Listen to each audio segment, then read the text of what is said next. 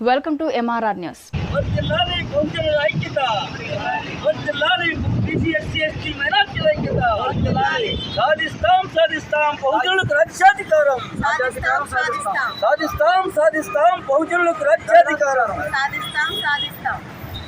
BC రక్షణ చట్టాన్ని వెంటనే అమలు చేయాలి. బీసీ రక్షణ చట్టాన్ని వెంటనే అమలు చేయాలి.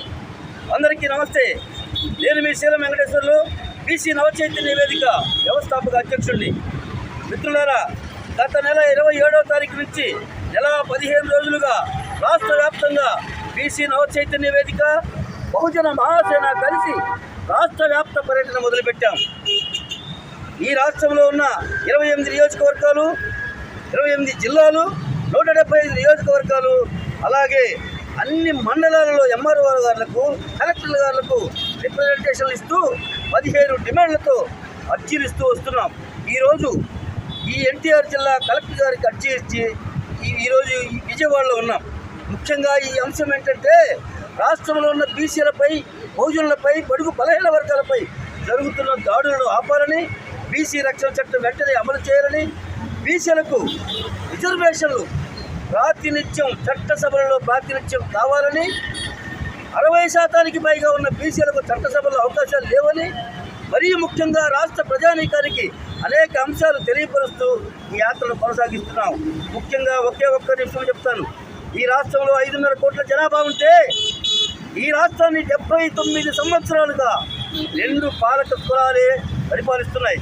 అందులోనూ ఒక పాలక వర్గం 3.25% ఉంటే మరో పాలక వర్గం 3.81%, అంటే 3.35% ఉంది.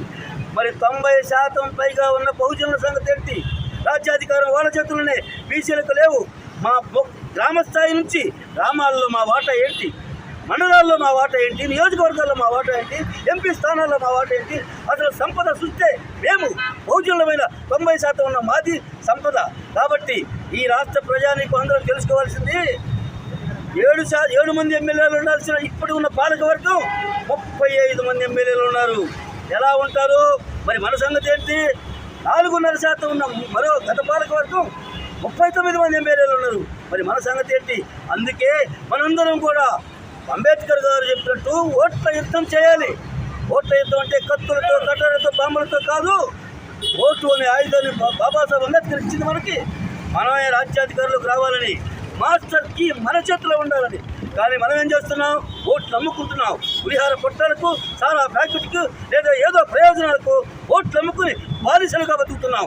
కాంశీరామ్ గారు అందుకే చెప్పారు, ఒక పెన్నును చూపించి కాంశీరామ్ గారు పైన వాళ్ళని కిందకు తెచ్చారంటే పెన్ను తిరగేస్తామా అన్నాడు.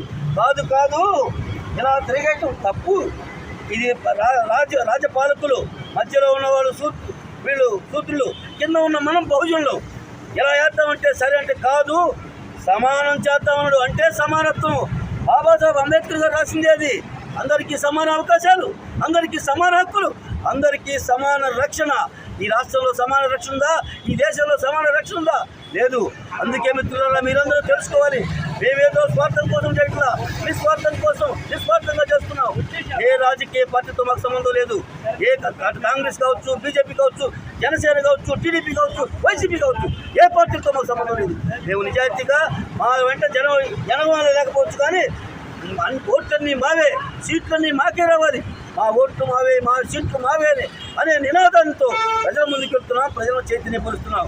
అందుకే ప్రజలకే చెప్తున్నాం, మీ ఓట్లు మీరు వేసుకోండి. మనం ఎవడో వాళ్ళు కష్టపడి సంపాదించి చెమటోడ్చి మనకు డబ్బులు ఇవ్వటంలా ఆ సెంటిమెంట్ కూడా మీకు ఉండాల్సిన అవసరమే లేదు. ఈ రాష్ట్రంలో ఈ 79 సంవత్సరాల్లో 10 లక్షల ఎకరాలకు పైగా భూములు దోపిడీకి గురిగా పడ్డాయి. పాలక వర్గాలు దోచుకున్నారు. ఇది వాస్తవం కాదని ఎవరినైనా చెప్పమనండి. ఏమైపోయినాయి భూములు ఈ రాష్ట్రంలో? పేద ప్రజలకు మాత్రం అధికారంలో స్థానం లేదు, సంపదలో స్థానం లేదు. పెట్టుబడి పెట్టేది మేము, సంపద సృష్టించేది మేము. కానీ ఆ అధికారం అనే, ఆ చట్టసభలనే వాసన కూడా నా బీసీ జాతికి తెలియదు. 2-3 కులాలు మాత్రమే, మన గౌడ సోదరులను, మా బీసీలో యాదవ సోదరులు మాత్రమే 2-3 ఎమ్మెల్యేలు, మంత్రులు ఇచ్చి మమ్మల్ని ఆకట్టుకొని మభ్యపెట్టి ముంచేశారు. ఇక మీ ఆటలు సాగలేమో.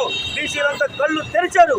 త్వరలోనే ఈ రాష్ట్రంలో 3వ రాజకీయ ప్రత్యామ్నాయం ఏర్పాటు చేసి బహుజన రాజ్యం సాధించడమే ఈ యొక్క బీసీ నవచైతన్య వేదిక బహుజన మహాసేన లక్ష్యంగా పెట్టుకొని మేము యాత్ర మొదలుపెట్టాం. ఈ యొక్క ఎన్టీఆర్ జిల్లాలో కలెక్టర్ ఆఫీస్ ముందు ఈ యొక్క అవకాశం ఇచ్చిన మీడియా మిత్రులకు కానీ, అలాగే ఈ రాష్ట్రంలో ఉన్న ప్రజలందరికీ కూడా చేతులు జోడించి పదే పదే నమస్కరిస్తూ చెప్తున్నాము. ఓటు అనే యుద్ధంతో చేద్దాం. వాళ్ళ ఓట్లు మనం వేయొద్దు, వాళ్ళకి మన ఓట్లు మనమే, వాళ్ళ ఓట్లు మనం తీసుకోవద్దు కూడా. ఆ ఓట్లతో వాళ్ళు గెలవలేరు. 5%, 3%, 7% ఉన్న వాళ్ళు మొత్తం కలిపిన 10% లేరు. కానీ మొత్తం ఓట్లు మనమే, మన ఓట్లు మనం వేసుకుందామని వినియోగించుకుంటూ సెలవు తీసుకున్నాను. జై హింద్, జోహార్ బిఆర్.